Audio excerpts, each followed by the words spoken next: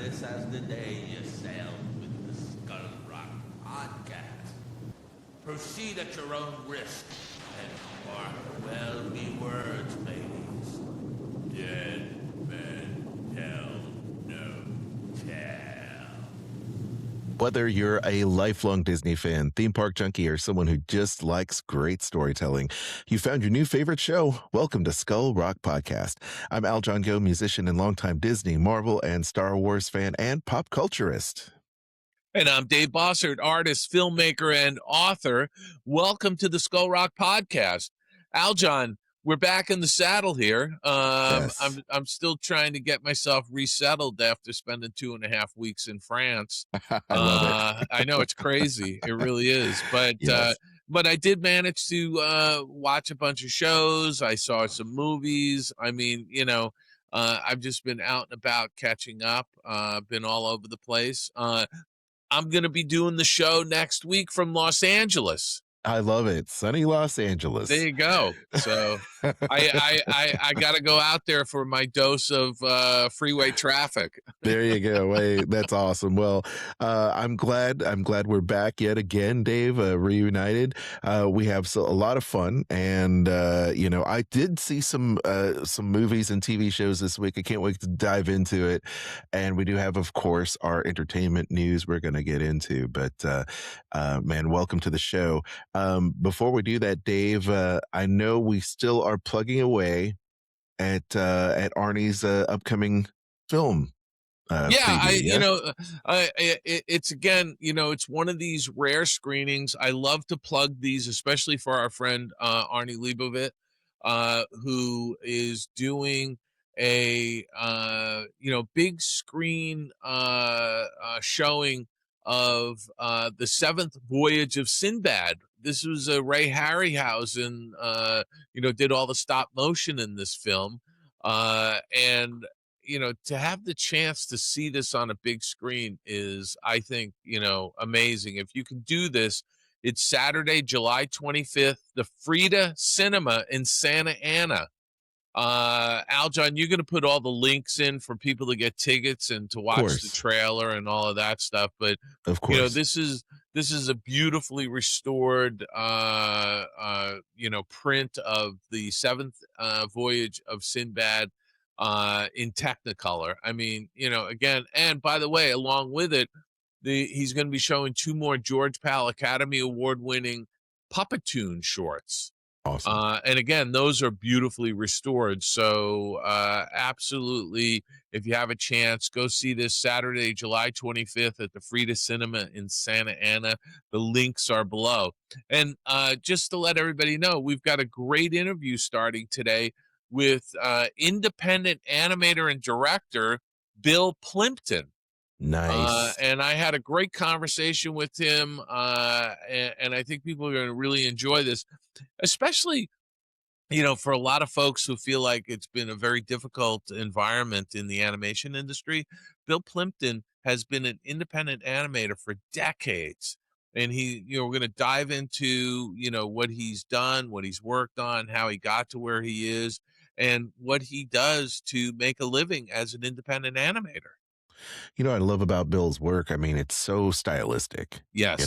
I mean, it's almost as if, caricatures come to life. They have so much personality.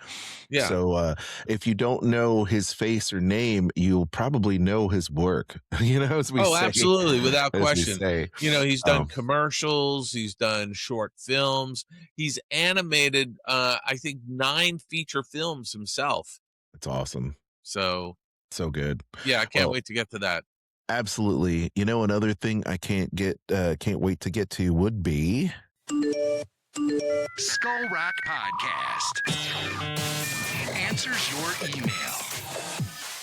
Well, Dave, on occasion, we do get some really great feedback. And last week, we kind of talked a little bit about how the sausage is made. Yes. And we happened to get a little note from our friend Paul from Parts Unknown. Hey, Al John. I'm writing to say I loved the last episode and heard the reply to the question, and I'd like to say it was just this one episode that popped. So, hey, thank you for letting us know the hows and whys. You both explained it wonderfully. And since it's been a perfect as ever, as AI is uh, ever improving tool, in a sense, I can't wait to see what you and Dave have coming up. And again, love the work. Paul from Parts Unknown, soon to be unknown again. Okay. No, I mean, thank you for listening, Paul. You are a gem. I appreciate it. And all the feedback is very welcome. When things kind of glitch up or when things are going great, or whatever, feel free to send us those criticisms. We're not beyond the criticism. And we'll definitely talk about it in an upcoming episode. And it helps keep us improving. So definitely do that. Yeah, and by the way, we did get a note on social media from Erica, who's down in Alabama. She said a live stream would be excellent because Ooh, we talked yeah. about possibly doing some live streaming. So, Yeah. I think we're going to look into that. I don't know if we're going to live stream every week. I don't know if I can handle that. It'd be too much pressure. You Well, know? yeah, I would like to, maybe we can ask you, Dave, about some of your projects and things like that, or ask me anything. That would be a lot of fun. Ask us Yeah, anything, we could do something. and we can do it. We can do it on a, maybe a weeknight or something. Where we could have our schedules kind of mesh up. So that'd be awesome. Yeah, But yeah. yeah. Well, leave us those messages. In fact, once again, I encourage everyone to send us a link to drop us a voicemail. We have a link where you can send us a discussion from your smartphone, and we haven't had one of those in a long time. So please feel free to do that, and we'll play your sound clip here in an upcoming episode of Skull Rock Podcast. Pam, do you know, she wrote this great review of my poetry book. That's my pick. I read a great review. Your girlfriend got a great review. Oh, that's my pick, too. Sorry. Excuse me while I start the projector. Skull Rock Podcast, Picks of the Week.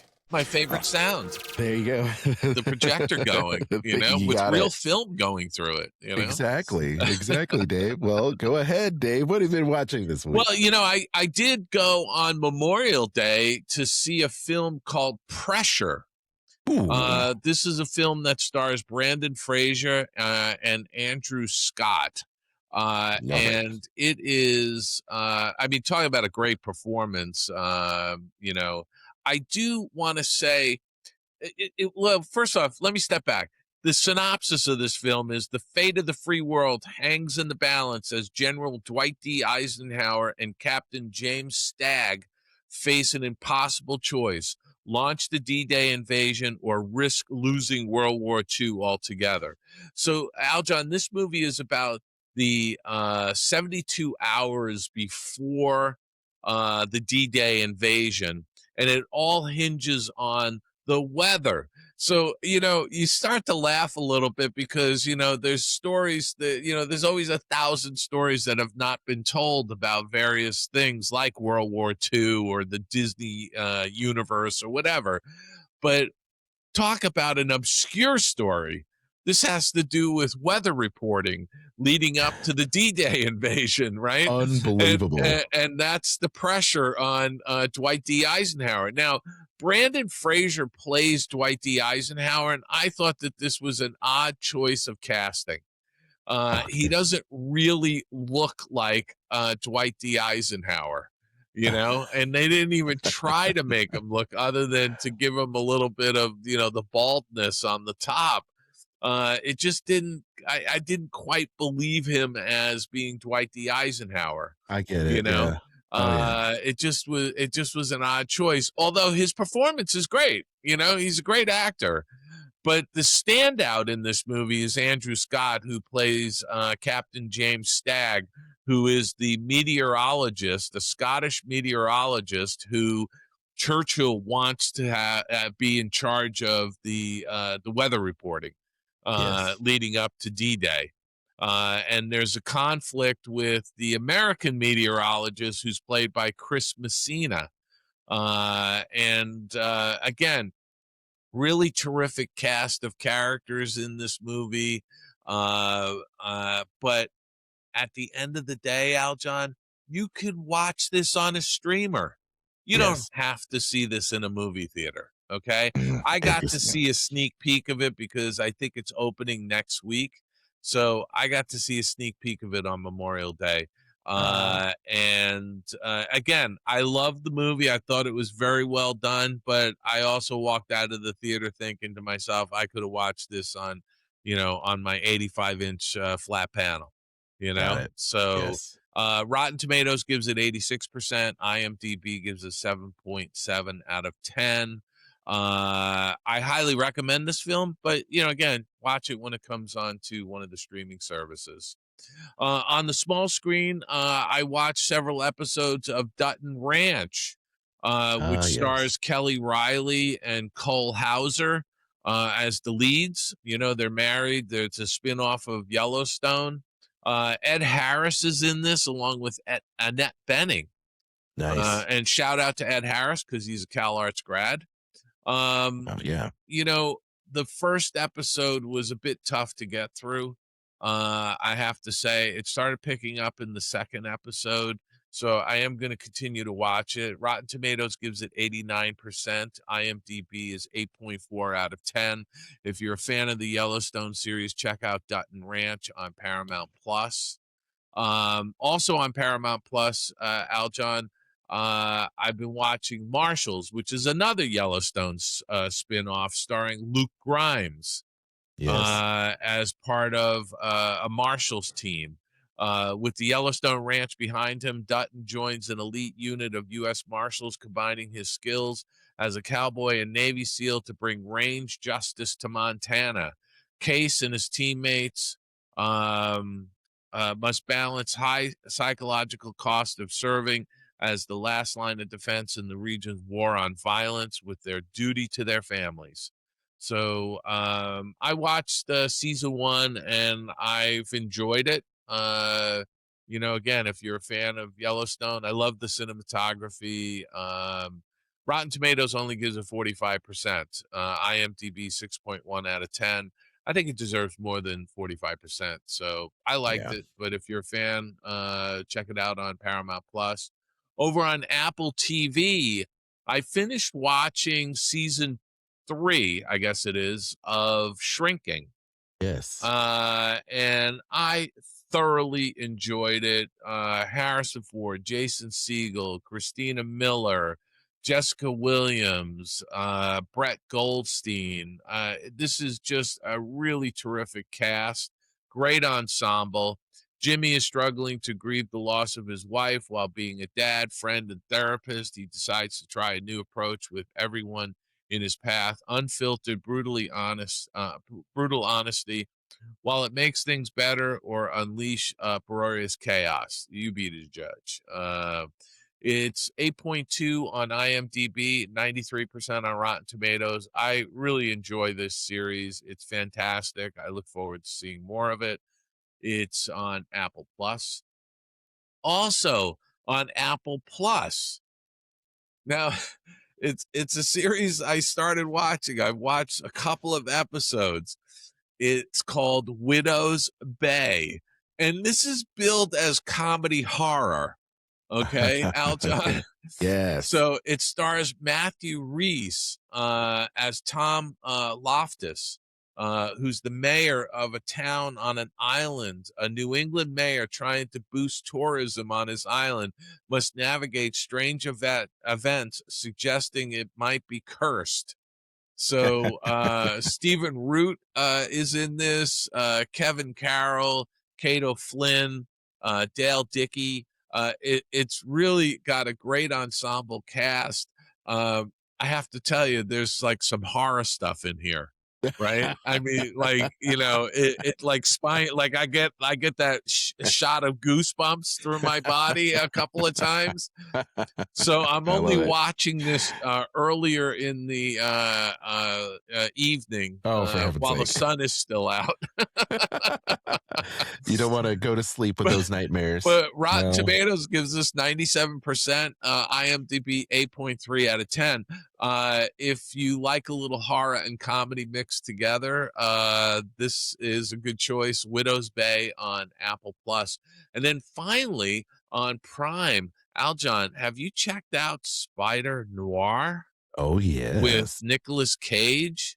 Yes. Ben Riley, who's Nicolas Cage, a seasoned, down on his luck private investigator in the 1930s New York, is forced to grapple with his past life following a deeply personal tragedy as the city's one and only superhero. I have to say, I really have enjoyed this series. I watched the first episode in color, but I watched the second episode in black and white. I wanted to see how both were. I really liked the black and white version. I Yeah. don't know how you watched it, but this is, again, I've only watched 2 episodes, but Rotten Tomatoes gives it 92%, IMDb 8.2 out of 10.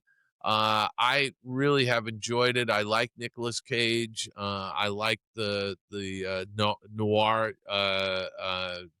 genre.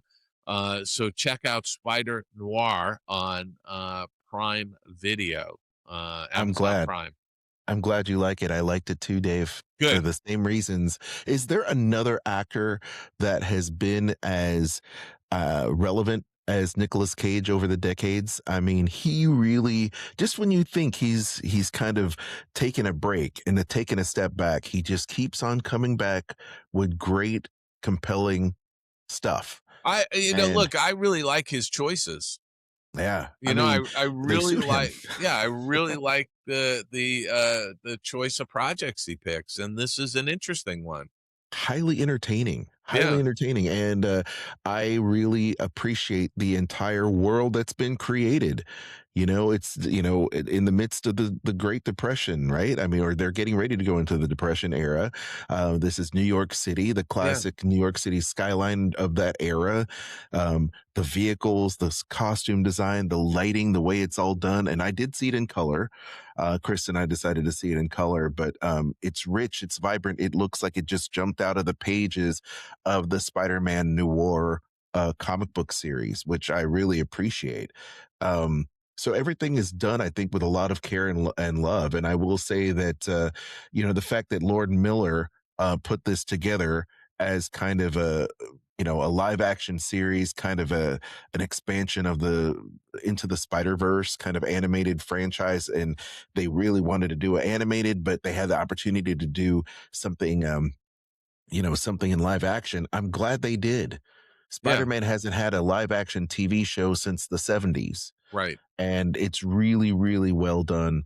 And so I'm glad that it scores as high as it is on IMDb and Rotten Tomatoes, because I happen to agree. And I too saw the first couple episodes, and it was an easy watch to me. I thought that the pacing was really well Yeah, done per episode, and I think that's a tribute to the people involved. So great and stuff. Brandon Gleeson, Yes. as the villain.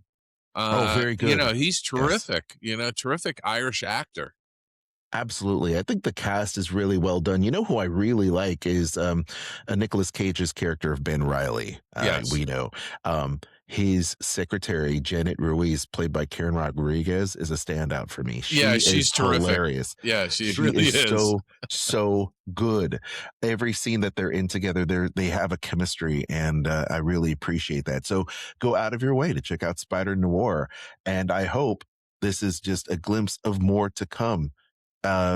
Nicolas Cage does not do TV series, and I know that they courted him to do this, and they gave him a compelling script with a movie schedule. So I'm glad that they did something like this, because he is well suited for it. Absolutely. So I will watch more of it. Other stuff that I also saw, Dave, is this documentary. Are you familiar with The Crash? There was a situation that happened. Um, let's see. I will read the boilerplate, but you can see it here. It's on Netflix. But this documentary follows Mackenzie Shrilla Case, the 17-year-old who intentionally crashed her car into a brick wall in Ohio, killing her boyfriend, Dominic Russo, and his friend, Davion Flanagan. She was convicted of 12 felonies. This is super sad. And when I saw it, I was thinking to myself initially when I saw the news that, and you can see the footage Yeah. here, she was going 100 miles per hour on this kind of rural road in Ohio. And she just graduated. These kids just graduated high school, getting ready to start their lives, and it just went tragically wrong. Yeah. And as this drama unfolded, I was thinking to myself, and I remember hearing about this, like, a little bit after the pandemic. This happened, I think, in 2022, if I'm not mistaken. That it just sounded like almost like a suicide pact or something like that, but it definitely wasn't. No, and And she's cold. I haven't watched this. Nancy watched this documentary. I Yeah, just am not into watching those kinds of things, but I yeah, did see some interviews with her on in jail, some hmm, clips of her talking, and I yes, just thought there's something way off with this person, and there's almost something evil about her. exactly, sociopathic, right? Yeah, I mean, she was super cold about it.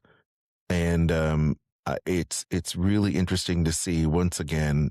She was ultimately convicted of this crime of where her two friends were killed, her fiance, etc. And the parents, it's really, now that I'm a parent, Dave, I look at things a little bit differently. yeah, And to me, it's like the parents didn't have any culpability for how she behaved or how she acted, because she was suspended from school and she continuously, bullied these kids. And so I was like, man, she's a mean girl. yeah, yeah. She Or at really least it is. was depicted that way, Yeah, right? All we know is what we can see, yeah. and the evidence points out to support that narrative, so whatever that is. But either way, it's a very sad situation. So I highly recommend it. It is an interesting look into what is a tragedy. Check out The Crash on Netflix. And she's serving what? 15 years. She only got 15 years. 15 years. That's crazy. Yeah, it's very sad. These people, and it's another situation where you had parents that adopted two children, and one of those children had passed because of this tragedy. And I just felt for them because, obviously, I adopted my kids as well. And it's very Yeah. sad. You have so full of life and just cut short, Yeah, tremendously it's short. It's it's so just sad. it's awful. Well, on different terms, Dave, I did finally see a film because my kids are such big fans of Sonic the Hedgehog. Did see Sonic the Hedgehog 3. And can I tell you, I'm a big fan of this franchise. Yes. It's super fun. Yeah. Sonic's Knuckles and Tails reunite against a powerful adversary, Shadow, the mysterious villain with powers unlike anything they've ever faced before. With their abilities outstretched, Team Sonic must seek out an unlikely alliance. And this here is just a wonderful film. It's a family film, of course, as you can see here, Sonic the Hedgehog in live action, if you will, and computer animation. But it's got a great cast. Kudos to Jim Carrey once again. This is the first time he's done a threequel, right? Yeah, A sequel. and you know something, I watched I saw the first two in the theater. Is the third one out already in The the third one theaters? came out, I think, Christmas of last year. Oh, okay. So did you Um, watch it on a streamer? I Yeah. watched it on Amazon, Okay. and it is great. So this came out a while ago, and it scored really well. I mean, for an animated film like this, yeah, it came out in 2024. I'm sorry, 2024, and it's a 6.9 on IMDb. But it does score well with the audience in terms of the kids and everything. So Yeah. Yeah. I would say great family movie. But Jim Carrey is, of course, great. Who else is in it? Keanu Reeves as Shadow, the Nemesis. I love the voice, right? Idris Elba as Knuckles. Love it. Unmistakable. I love that so much. And then, of course, James Marsden returns in the show. Kristen Ritter is a Director Rockwell of this highly military complex, which is great. Yeah. Shamar Moore's in there as well. There is a lot of people there. A wonderful cast. They're fun movies. They're It just is. fun. It is so much fun. And of course, Ben Schwartz plays the Sonic character, which is great. I mean, the voice work is wonderful, and it's just so fun. So you want a family fun movie with just outstanding visuals, in my opinion. I think Sega's done a great job. Well, Yeah, go ahead, you Dave. know what I was going to say, Aljon? This franchise started out with some problems. Yeah, of Because course. the first one, apparently they had done a redesign initially of the Sonic character, and the fans hated it. There was so I didn't much like it. blowback from some initial some previews that they put out, that Yes. they went back in and completely, did a redesign to get the character back to what you're seeing now. And rightfully so. Yeah. And so much so that they even lampooned it on the Chip and Dale movie and Disney Plus, where they were. You remember they were at the comic book Yes. convention, and then they had a table with ugly Sonic sitting there. It was but it's true. There is an expectation in one's mind, especially when you play video games like Super Mario or you play Sonic the Hedgehog, which is a huge franchise for Sega and continues to be relevant to this day. Tons of kids still play Sonic. My kids love Sonic, Yeah. and they love the cartoon. You have an expectation of seeing the characters the way they were drawn Yes. initially. And so you deliver on that promise, and they did, and I'm glad they did because the characters look great. And Jim Carrey's, character is also from that video game of Dr. Robotnik, and he comes out looking like the cartoon character, Yeah. as they should. Well, So he is a cartoon character. he is, I and he mean, does it right. And they do it all right. It's a lot of fun. So high marks for me on Sonic the Hedgehog 3. If you haven't seen it, take the family to see it, or just enjoy it for yourself for that nostalgic shot that everyone seems to be getting. The other thing I saw was the American Music Awards, Dave. The American Music Awards. Now, uh, I'm like you, Dave. I'm kind of worn out about the American Music Awards. Yeah. I'm not a fan. But they sucked me in this year. Why?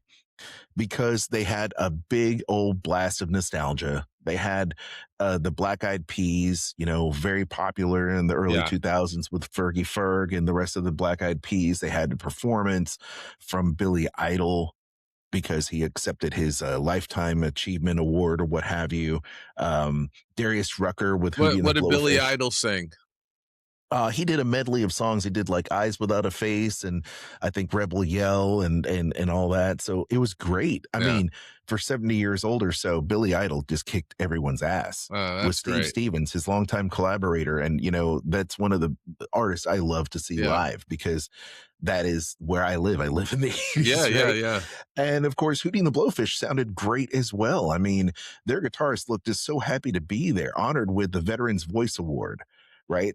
And the Black Eyed Peas, as I mentioned, I was a real big fan of their music in that era. It was just party music.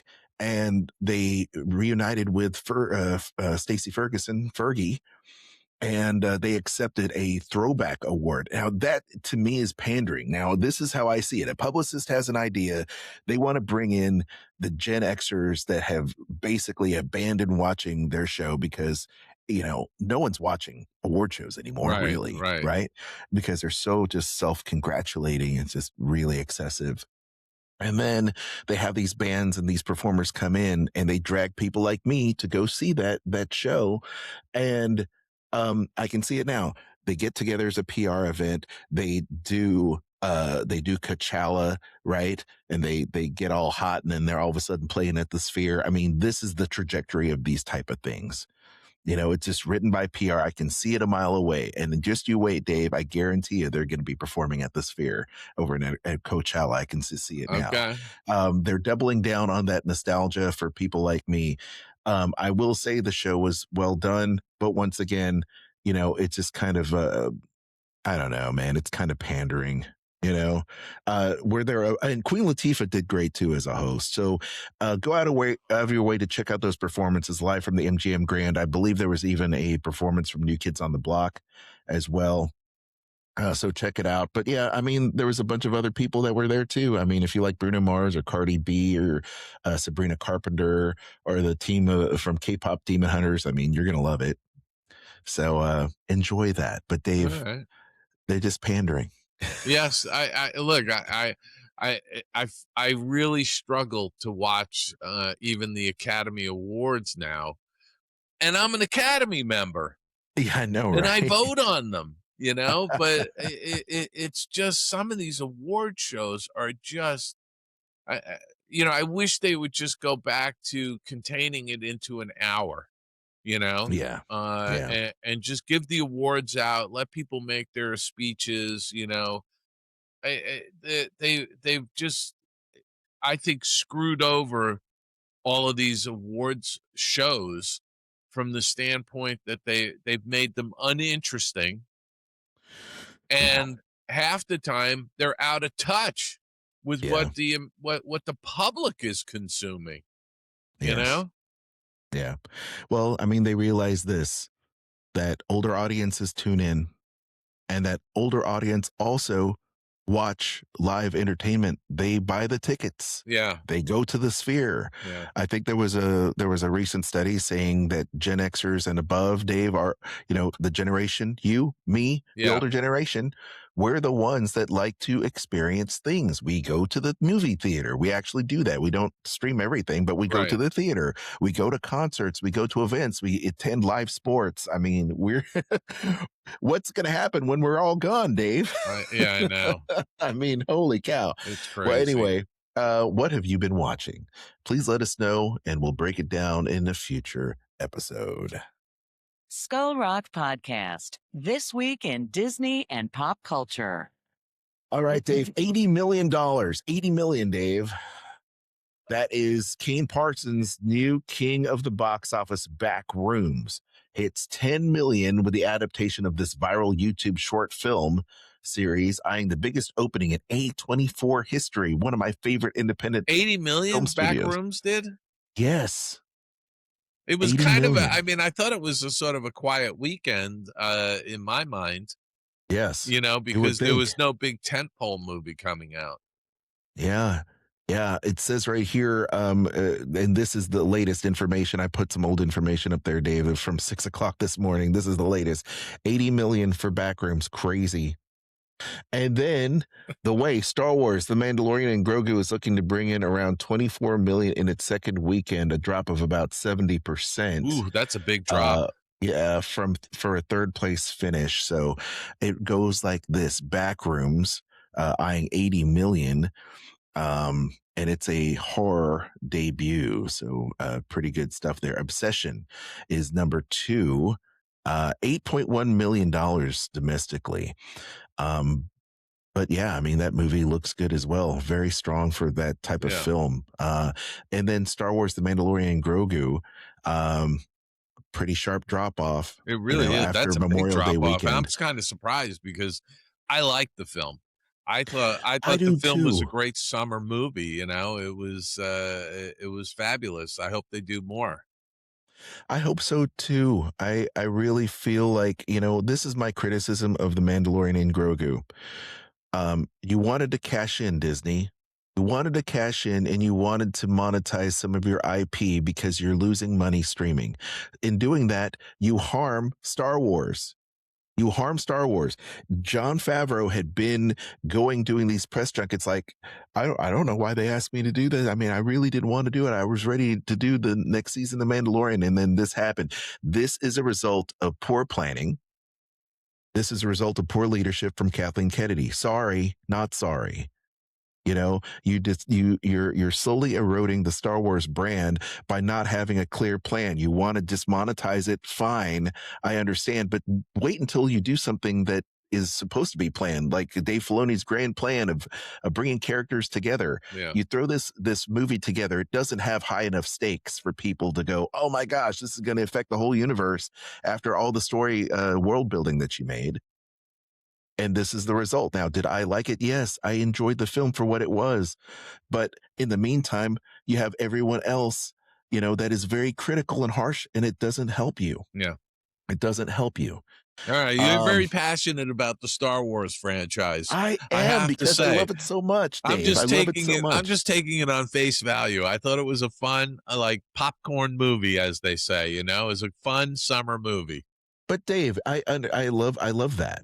I love that it's a fun summer movie, and I appreciate it for what it is, but I'm different. Yeah. Right.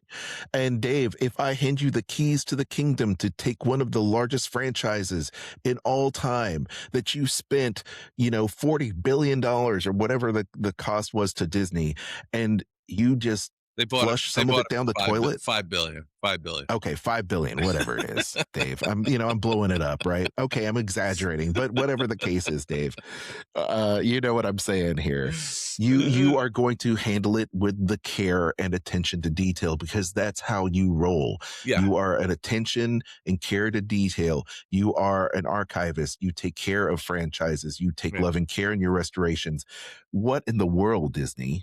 What in the world? So anyway, Michael is in there too. I actually have bookmarked this to see, but I will probably see it streaming.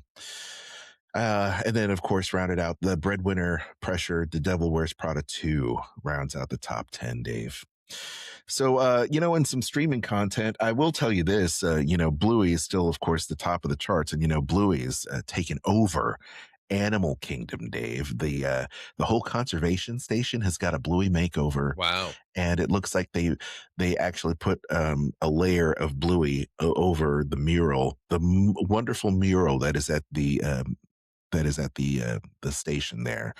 And the affection station, the petting zoo that I love so much to take the kids, they actually made it a place for kangaroos, but it's been enclosed, so you can't really pet them. I'm kind of sad about that after all these years.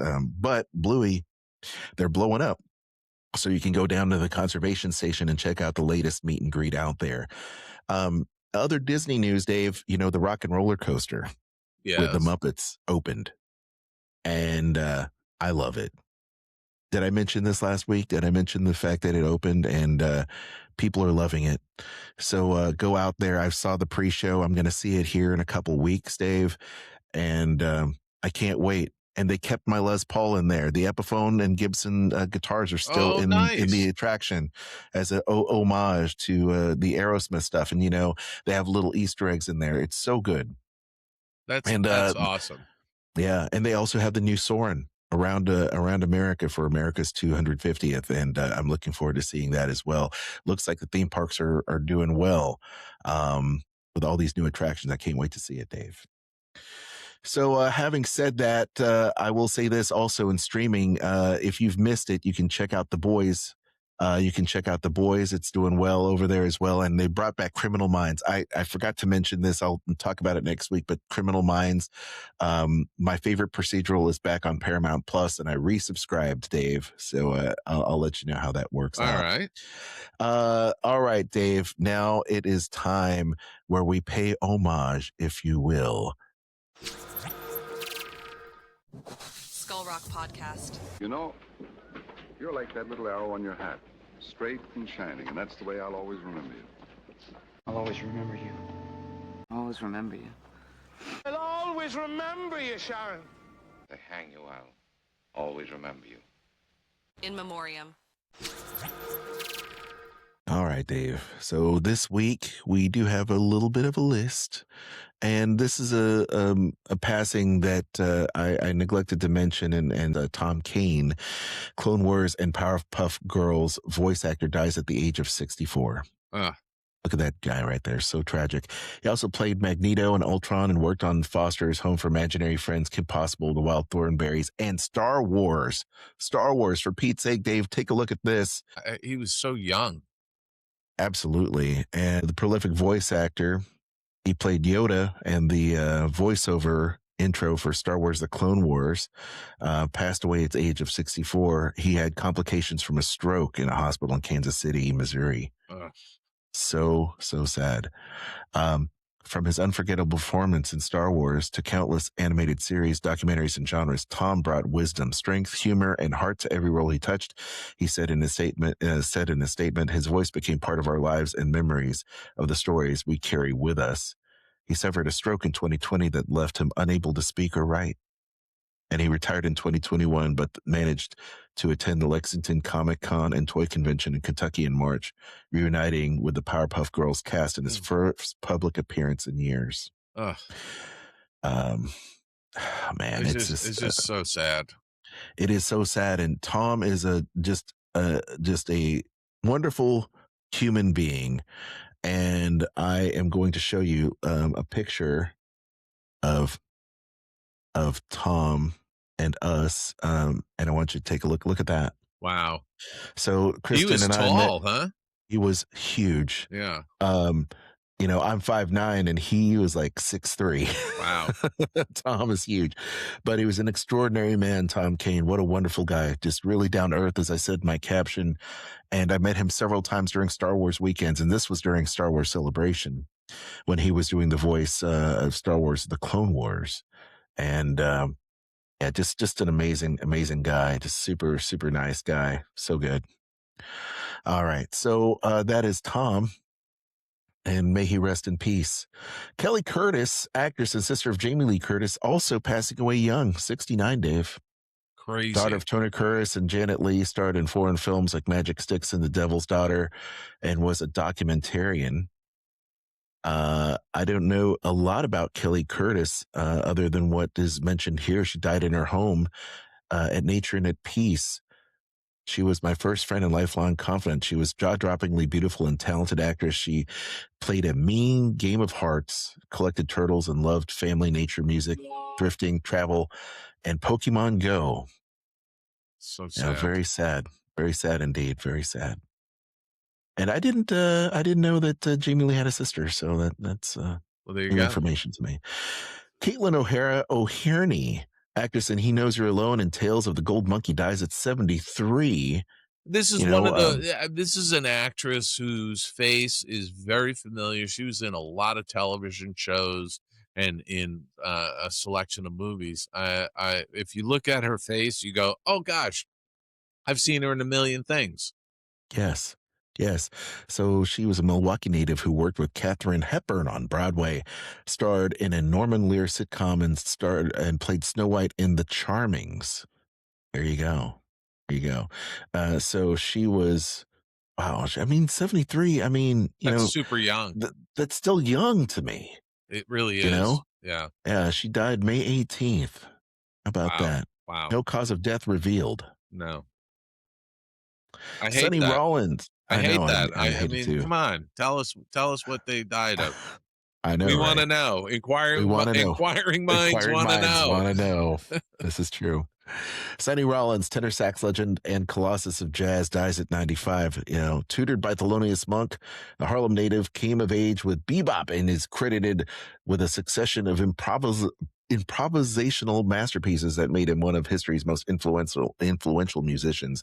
I do know the name Sonny Rollins of jazz, and once again, 95. What a great contribution.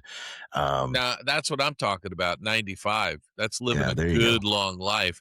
And he was an amazing musician. Yes. I've heard a selection of his songs, and he's absolutely amazing. There you go.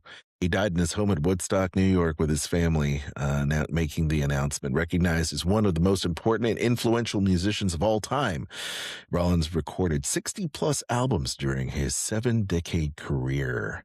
That is impressive. Just impressive. Pierre Denny, Emily in Paris star, dies at the age of 69 after ALS battle. Oh, my goodness. This is crazy. Apparently, it came on very quickly. Yes, the French actor passed away on May 25th after being diagnosed with anthropic lateral sclerosis. And once again, that's so sad indeed. He played the JVMA CEO of fashion boss Louis de Leon in Lily Collins' starring drama and died on May 25th after a battle with ALS. It is with deep emotion that we announce the passing of Pierre Denny, which occurred this Monday after a sudden and severe case of ALS. Terrible. So sad. And may they rest in peace. Absolutely.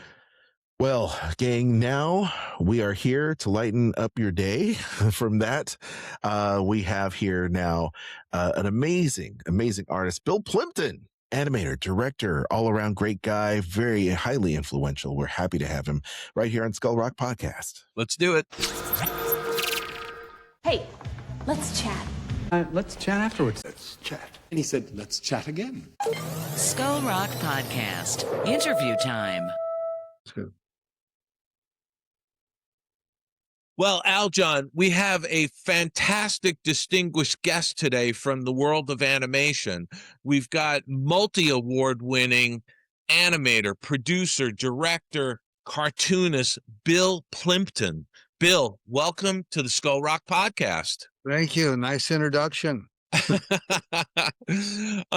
Bill, I'm going to ask you the question I always ask our guests that come on to the show. How did you get involved in animation and cartooning? What's your earliest memories? Well, it's a long story. Cut me off if I go into too much detail. But I remember falling in love with animation, watching Walt Disney on TV, the Walt Disney Show, and oftentimes he would go back and introduce some of the animators. And I said, that's the job I want. I want to be the guy who does the animation. You know, I didn't care if it was a bird or a chipmunk. I just wanted to work on it. My dad, who was a banker, was a very funny guy. He could tell really good jokes. And at parties, he was always very popular. Everybody wanted to talk to my dad.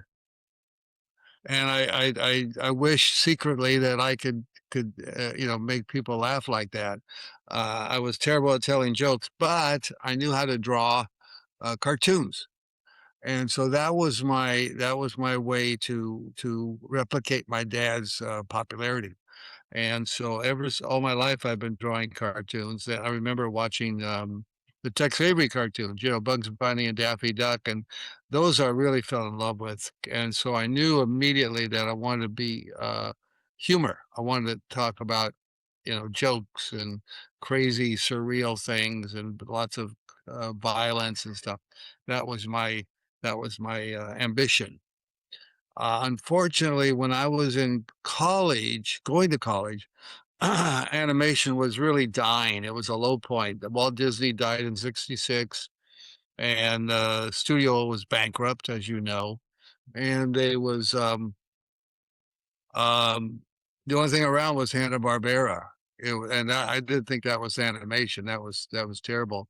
Plus, there were no animation schools back then. This was like the 1960, 65, 66, like around then. So I decided if I couldn't be an animator, I would move to New York and be an illustrator, cartoonist, because I love to draw cartoons. So I was fairly successful. I was in all the big publications, and I did gag cartoons. I did illustrations. I did comic strips. I did caricatures. Anything that I could draw and make it funny. Can I just interject Sure. here and ask you a question? That Mhm. period, like School of Visual Arts, that's I mean, it's a great art school in the middle of Yeah. Manhattan. But the late '60s, that's kind of a hotbed of like underground cartooning, like Harvey Kurtzman and That's Mad true. Magazine and Yeah. Don Yeah. Martin and people like that. Yeah. Can you talk a little bit about what it was like at School of Visual Arts? And by the way, was Ralph Bakshi there? He wasn't at School of Visual Arts, but he was in New York when I was there. And this is one of my regrets. I didn't know this, but he was doing Fitz the Cat when I first arrived in New York. I was a real, very shy guy. But if I'd known that he was doing that, I would have knocked on his door and say, I'll sweep your floors, I'll wash your windows, I'll do anything to learn how to do animation. We became friends later on. He's a good guy. He's a really funny guy. But back then I just didn't have the knowledge or the experience of drawing animation. I just wanted to somehow get involved with animation. Yeah, Harvey Kurtzman, he taught a few of my classes, just as a lecture thing at School of Visual Arts. I wasn't into Mad Magazine that much. It really, for some reason, it wasn't my gig. I wanted to see the drawings move and talk and sing and do crazy stuff. That's what I was really interested in. But I'll be honest with you, I like SVA now, but back then this teacher I had was so bad. He was my animation teacher, and I thought, well, finally I get to learn animation. This was in, I think it was 1970, something like that. Yeah. So this guy comes in late, and I'm there with these other people, and he says, "Oh, it's such a beautiful day. Why don't you make a cartoon about green?" And then he walks out the door. And that was it. And I went, what? I spent all this money. I moved all the way across America for this stupid class. I was originally looking forward to get into Milton Glazer's class. I'd heard so much about that, and he was one of my heroes. Uh, but uh, when I applied for SVA, they put me on a day schedule, and his class was at night, and I didn't know you had to apply for it separately. So that was another stupid thing that I did. Which is something all of us have done throughout our careers. Yeah, well, I don't know, but it just was one mistake after the other. And yeah, I really loved Milton Glaser and the Pushpin Studio. That was a big influence. Yellow Submarine, all that sort of kind of adult animation. It wasn't for kids; it was for adults. So I really love that. But I did all these illustrations and caricatures and gag cartoons.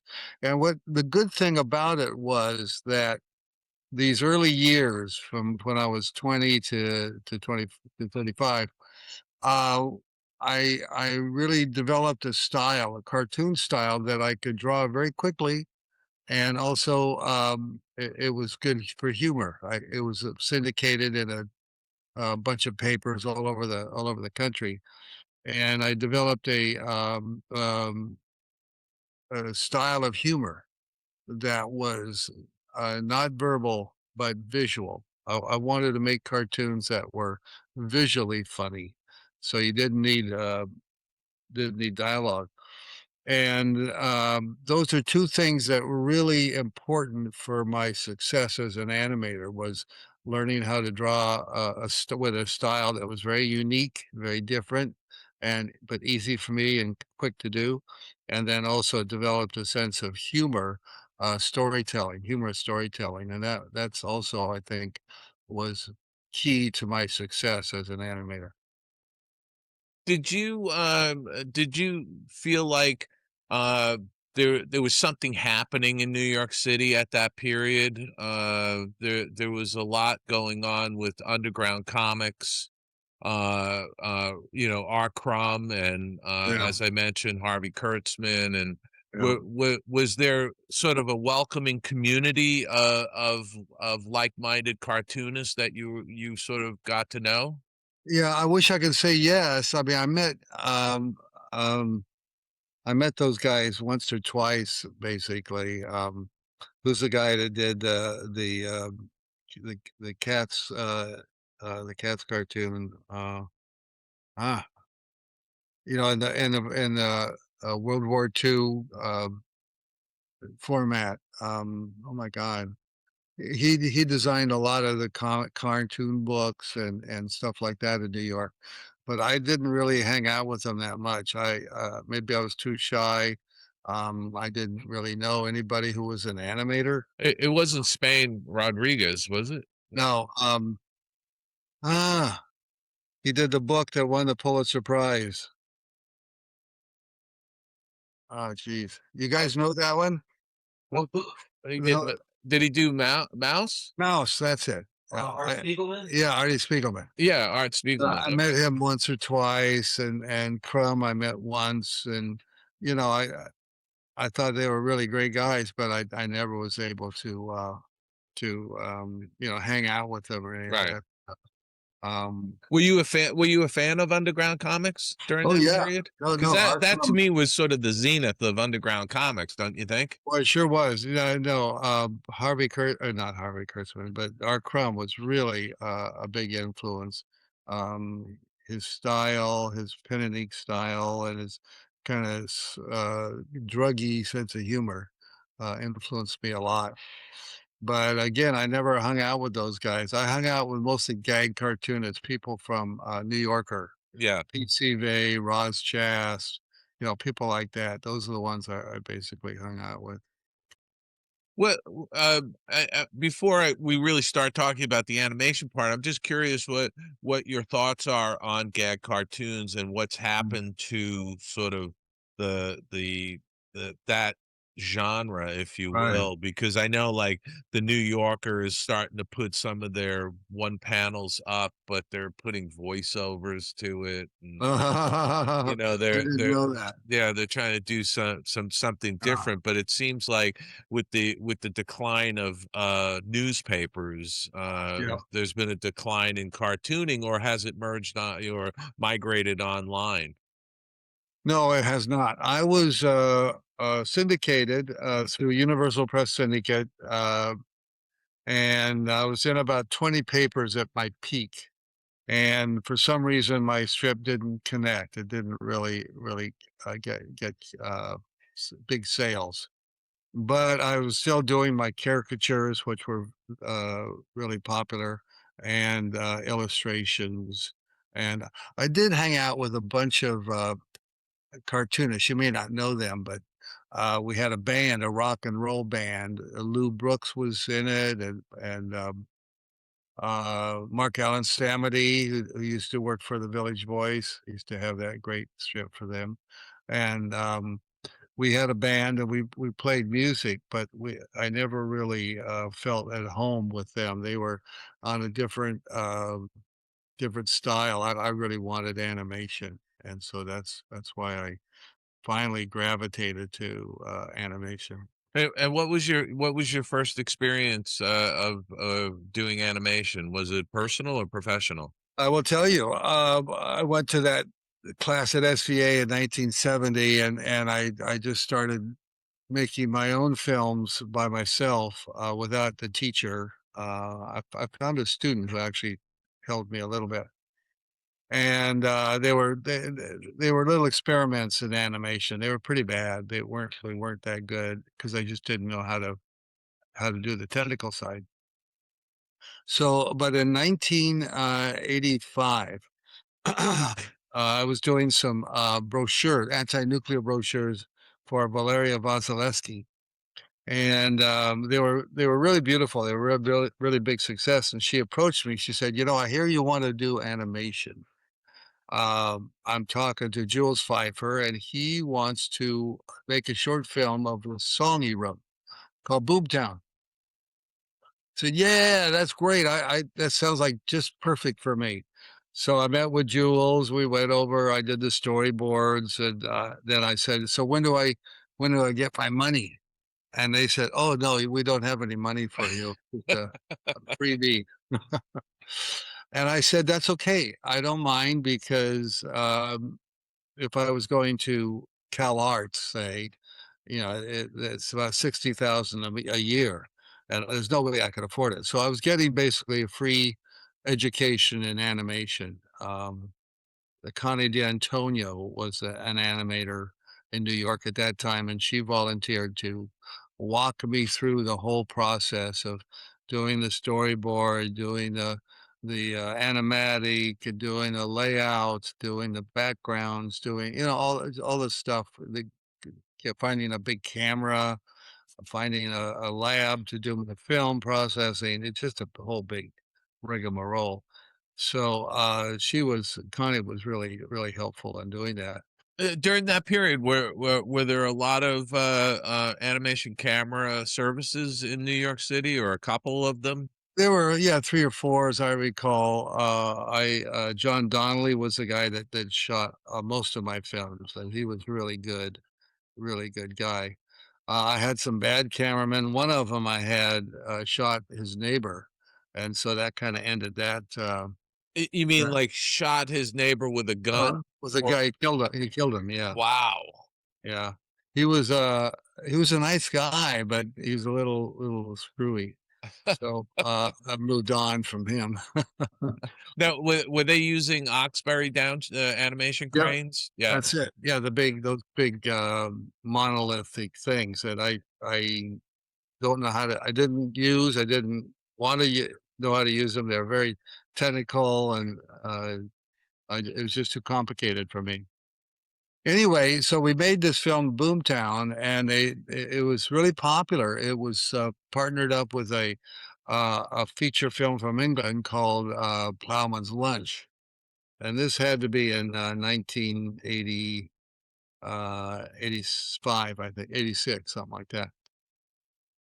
And it did well. It sold all over America. It was shown in cinemas all over, mostly the art cinemas, of course.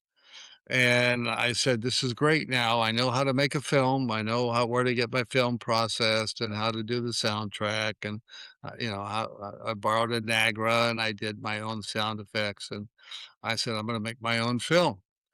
And I didn't know what to make it of. So I was at that point I was doodling someone's crazy head, and I was deforming the head and making it totally surreal.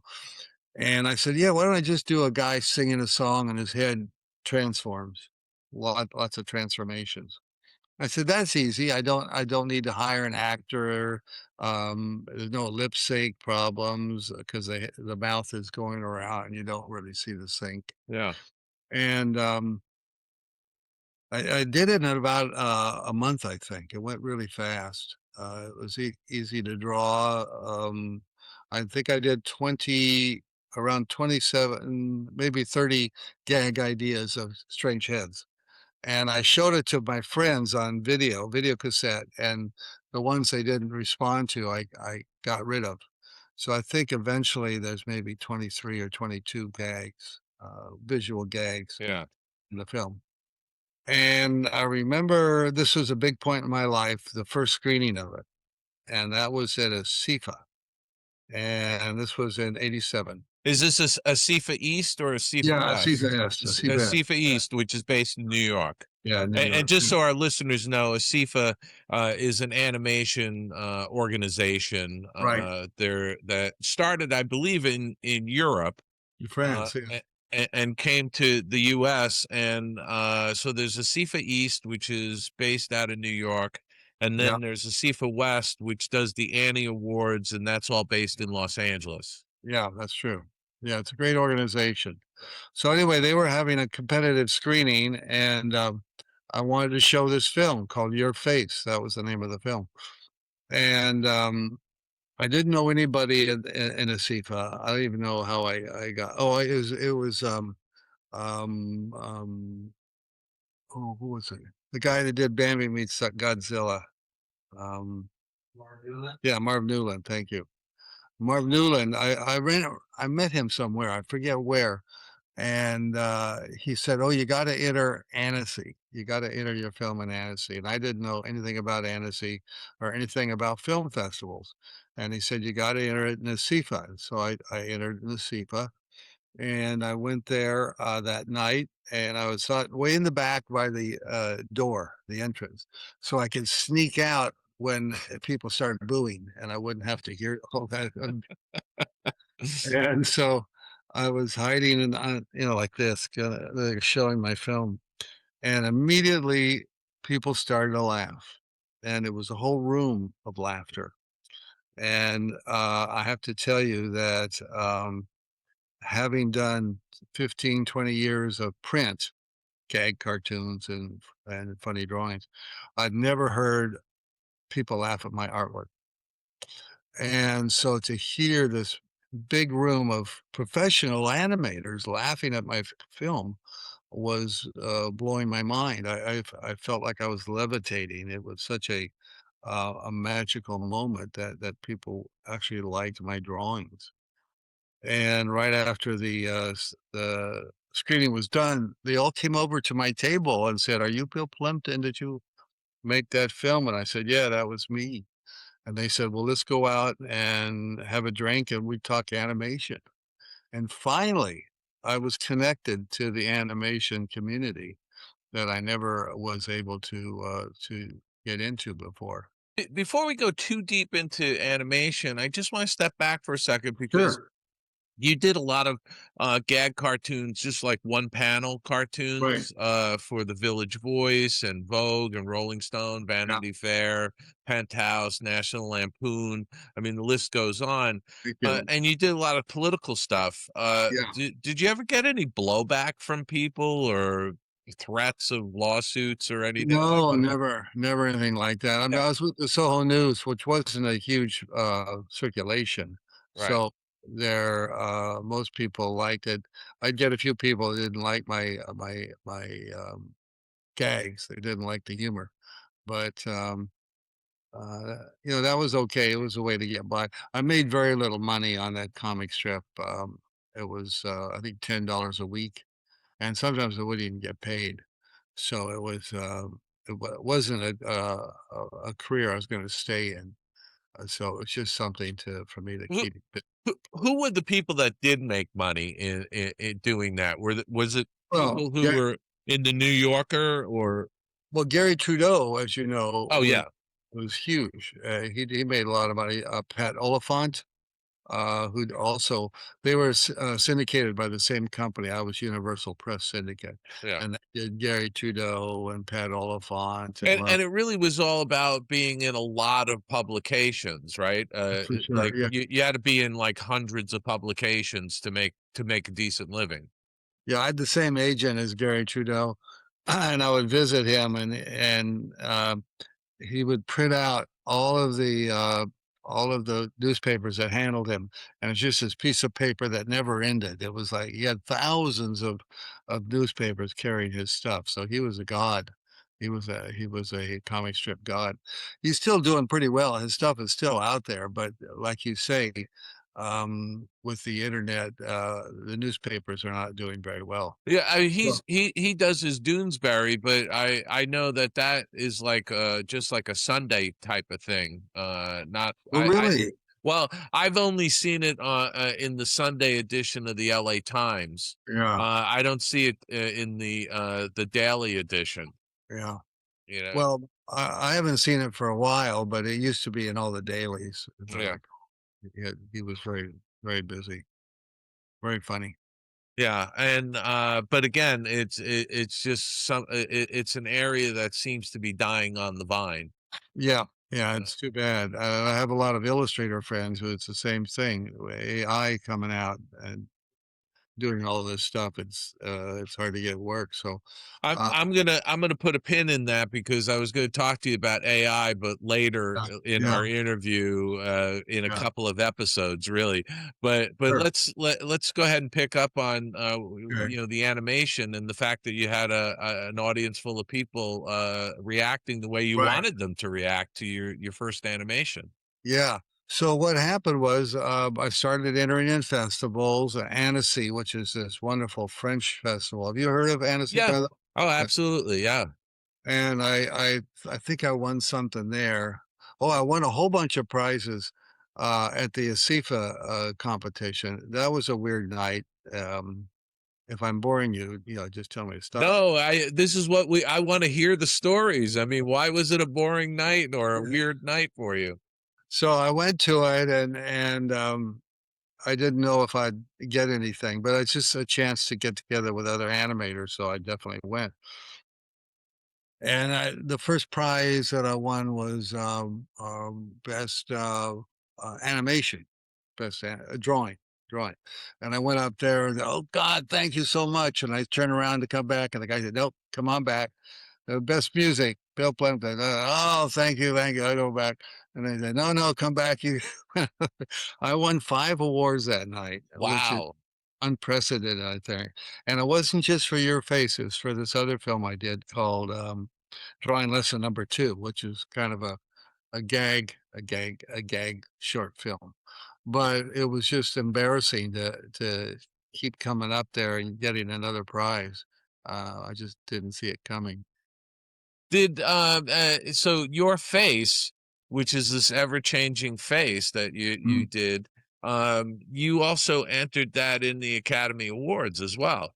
I did not. I thought it was an Academy It was. I okay. did not know who entered it. Oh, No, so really? Okay. no one is best up. It could have been Spike and Mike. It could have been the Tournée of Animation. It could have been some Canadian film board or something. The only thing I know is I woke up one morning to a phone call, woke me up, said, did you know you got nominated for an Oscar today? How did that feel? Well, I of course I loved it, but I had no idea who entered the film, how I got in there. And to this day, you have no idea. No. I think it was Terry Thorne who handled a lot of my films with the Tournée of Animation, or Spike and Mike, but no one has told me that. I should ask them because that would be good to know. But I must tell you, I really went unprepared to the Oscars. I soon realized afterwards that what you're supposed to do if you get nominated for an Oscar is bring other projects you want to sell and do the tour of the studios and do pitches. I didn't know that you had to do pitches. I mean, you don't have to, but that's the opportunity. Everybody wants to work with you. Everybody, even if you don't win the Oscar, if you got nominated, people want to work with you, and they'll producers will make a deal for working on a project. But I just wanted to keep making my little short films. That's all I wanted really is to do that. And what was your next project after Your Faces? Because obviously that was going, you were showing that in festivals over the course of a year, probably, right? Can I go back to the Oscar thing? Oh yeah, go back. Absolutely. Yeah. But remember your question because I'll forget it. So I took Maureen McKelleran, who is my voice person. She did the song. She wrote the song for Your Face. And we had played in clubs in the village here and bands, country western bands. And so we were really close. And she did a lot of music for almost all my films. So I thought she deserved to go, absolutely. So I didn't have the money to rent a limousine or anything like that. So I rented a car, as a little Datsun or something like that, a tiny little car. And what you have to do is you have to drive your car into the parking guys and get out, and then you walk up the red carpet. Yeah, the valet take your car and go park it. Yeah. Well, they wouldn't let me in because my car was a piece of junk. You only get in if you had a black limo. That's the only way you get in there. And I said, well, look, here's my invitation. I'm Bill Plympton. I got nominated. And they didn't want to hear it. And they almost kicked us out. But somebody, I think, helped me convince them that I really deserved to park the car. Well, I've been to the Academy Awards a couple of times, and I can't remember anybody driving themselves. It was just like, I mean, you're right. Every single limousine in Los Angeles was stacked up. That's it. That's what they do. But it was amazing. I met some really incredibly famous people, and they were really nice and friendly because once you're there, they figure, well, you must be a great filmmaker if you're there. So everybody was very nice to us. It was wonderful. And what else do you remember from that evening? Well, another thing I remember, and this was during the day, is they have these gifting suites. And they rent a big hotel. I forget which one it was. It was one of the big LA hotels.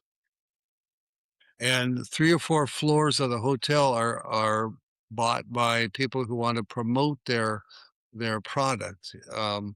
And so you go in there and you pick what you want, like a binoculars or a camera or whatever you want, and they say, okay, take it, it's yours.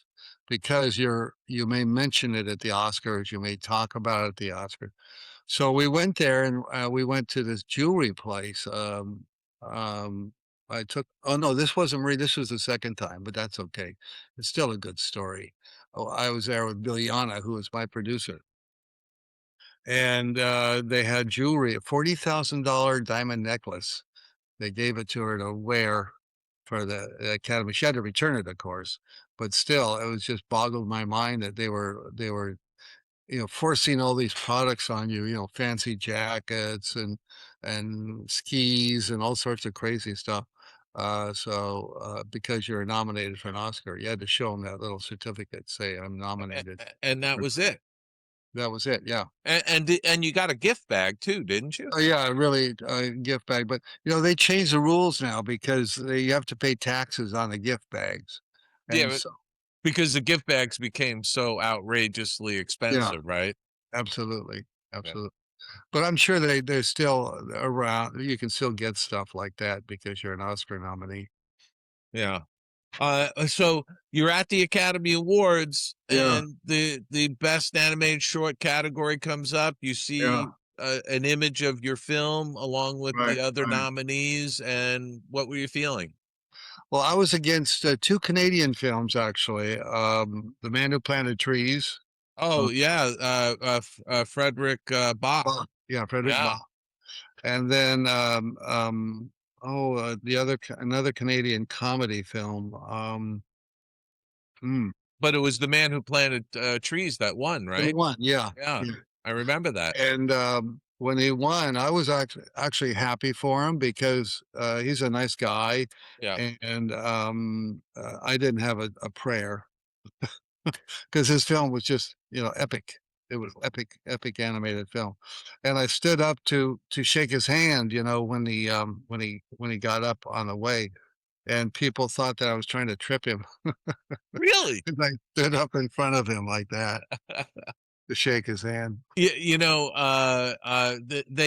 at the Academy Awards, they kind of seed all the nominees in the general Right. vicinity of one another, right? Yeah, it was a row. We were in a row, and I was right by the aisle, so I got up, and he was coming through. Yeah. And what did you do after the Oscars? I mean, you're nominated, you don't win. What did you do? Did you go to the governor's ball, or? Yeah, they had the governor's ball, and that's where we met Jack Nicholson. He was very friendly, and a bunch of the big stars. I can't think of their names right now, but yeah, it sort of boggles the mind that all the great actors are there. And I pitched one of them to be a voice in my next film, and they said yes. And I can't think of his name now, but he's really really a great. What, were you able to get him or not? Yeah, we did. Yeah, he was very nice. Wait, gosh, no. Oh, and do you remember who did the voice for Man Who Planted Trees? Oh, he was in the Holdovers. Yeah, yeah. The Man Who Planted Trees and the Holdovers. Just came out a few months ago. Anyway, he was. I need to know his name now. Paul Giamatti. Right? Yeah, Paul Giamatti. Oh yeah, okay, that's great. And the story behind him was, and I didn't know this. I just liked his voice and thought he was great. I asked him if he wanted to be and do a voice in one of my films. And he said, yeah. And what I learned was that in college, he wanted to be an animator. That was his goal in life, was to be an animator. And yeah, he's from Seattle. And I think he had a little studio in Seattle. And so he said, yeah, he wanted to do it. And what happened was while he was in Seattle, they were shooting this film. And they asked if he wanted to do a little cameo in the film, and he said, "Yeah." And everybody loved his cameo. And he moved to Hollywood and became. Actually, he moved to New York, and became a great actor. Got a Yeah. lot of roles. And he's still very nice to me. He's still very friendly. And the film is Fan of the Flower, which is really one of my favorite films. It's really cool film. Before we move on to your next animation project after your faces, I think this is a good place for us to kind of stop and pick it up next week in episode 2. So with that, I'm going to say, Bill, thank you for being on the Skull Rock podcast, and I look forward to having you back next week. Okay, very good. I enjoy it. Let's get out of here! Come on, Scotty, let's get out of here. Let's get out of here. Let's get out of here. Let's get out of here, Lieutenant. All right, Dave, wrapping it up. And Dave, do we have any more? Do we have any more with Bill? Oh yeah, we got multiple parts with Bill. There's a lot to talk about. He's really a terrific individual. I just enjoy chatting with him. And it's just fascinating. I think he's very inspirational, especially to those that are up and coming and are thinking they want to just, be an independent animator. There is a way to make a living doing this. Wonderful stuff. and you just have to figure it out. And Bill gives you some of the breadcrumbs on his path to success. I absolutely love it. It's great to sit back and listen to these interviews of these legendary greats, and we're so pleased that he's here doing a segment interview with us. Yeah. It's awesome. Gang, thank you so much once again for tuning in and subscribing to the show. Be sure you do that. All of our socials are there. And once again, find all of the video podcasts there on our socials, and also Spotify. Videos on Spotify. We also have it on YouTube. Please check that out. Like and share, subscribe to the show, tell all your friends about us, and leave us those comments. They certainly help the algorithm. Every time you like something, every time you comment, it certainly helps boost our profile, especially on YouTube. We do appreciate that. Gang, if you really want to follow me, I appreciate it. Feel free to follow me on X. I'm there. We're also there on Instagram.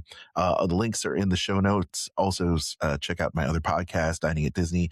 We have shows released every single week in the Dining at Disney channel. Check it out on YouTube or anywhere you find podcasts. Dave? Well, Aljon, before I go into my spiel at the end here, I did want to mention something that happened on Friday. I got this poster. It's a 6-color silkscreen poster of the House of the Future, and I posted it on my Facebook page.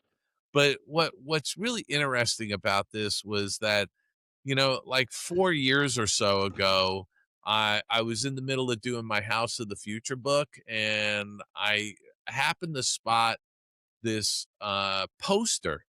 It's sort of like a retro attractions poster that somebody had done online of the House of the Future. And I was really struck by it. And I thought, wow, that would be an awesome cover image for my book. And I reached out to the artist and said, hey, I really like this a lot. I'm writing a book about the House of the Future. You think I can license this art to use on the cover? And he was like, yeah, that'd be great. Like I've never done something like that before. There you go. There's me with the poster that I got in the mail. So anyway, I paid him a little bit of money to license the image. Of course, he maintains the copyright of it, because I'm very respectful of, an artist doing a piece of art and maintaining their copyright. And I, went ahead and used it for the book. Well, you fast forward, and before we fast forward, it turns out after the fact, Aljon, that the person I was dealing with, I thought he was a professional graphic designer or, artist.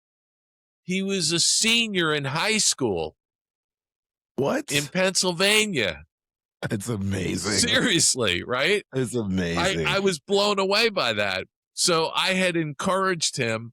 I said, man, you are so great. You should pursue a career in art. I'm telling you, you're going to be able to do well, blah, blah, blah.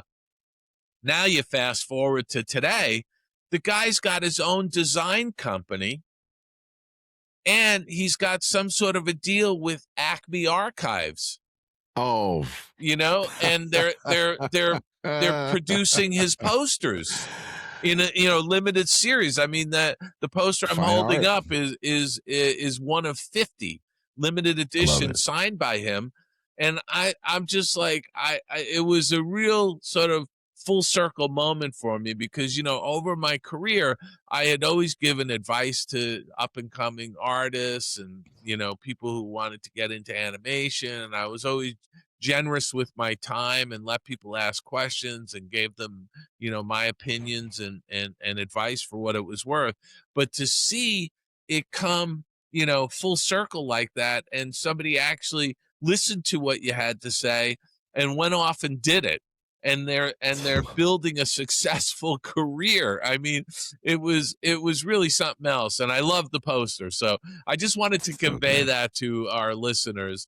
And now I'll get into my final words here. Okay. No, what a great story, Dave. I'll say, why did you bury the lead on this, Dave? I know I should have done this at the beginning. You know, You should have done it. What can I It's tell very you? good. Oh no, hey, that's why you tune in to the very end. There you man. go. But Bonus features. listen, you can hear me monthly on the Tunes Behind the Tunes on Sirius XM Disney Hits Channel 133 during the month of May. I know we're starting June, but during the month of May, we did The Hunchback of Notre Dame. Next week, I'll let you know what we're doing for the month of June, because I never know until the beginning of the month, and they're going to send me something, on Monday to listen to and approve. I recorded these months ago at the Sirius XM studios in Los Angeles. Anyway, you can also go to the oldmillpress.com. You can get signed copies of many of my books. You can also get the newly released The Art of John Canemaker, An Animator's Garden by John Canemaker. And, of course, A Spoonful of Sugar, the story of the Upjohn Pharmacy at Disneyland by Stephen Hall. Those are all available as author-signed copies. And, by the way, I'm just going to give a little plug here. I have a new book coming out at the end of the year. Walt Disney, World War II, animation on the front lines. I got to tell you, Aljon, the people I've sent this out to for review and to give me jacket quotes and stuff are blown away. I'm getting incredible jacket quotes from people. I have worked on this book for so long. I've been doing research for decades on this material, and I'm finally synthesizing it all into this new book. So that'll be coming out in the fall. More to come on that. Okay. Love it. And then Love it, finally, you Dave. can always go to davidbossert.com. There's all kinds of free articles for you to read if you're interested in animation and animation history. There's also free stuff to send away. So if you live in Kalamazoo or someplace remote that I don't visit, sorry to say, you can always go to davidbossert.com, go to the free tab, and click on the free free stuff tab, and click on that, and you can get some signed book plates. You can get bookmarks and all of that stuff. So that's it. Okay, there's my shameless plugs. With that, folks, please go out and have a fantastic week. Enjoy yourselves. It's, as far as I'm concerned, summer's here, because Memorial Day is the traditional start of summer, even though it's technically spring. To me, the summer has begun. Go out, have a fantastic week. Be kind to one another. We'll see you back here next Monday, right here on the Skull Rock Podcast.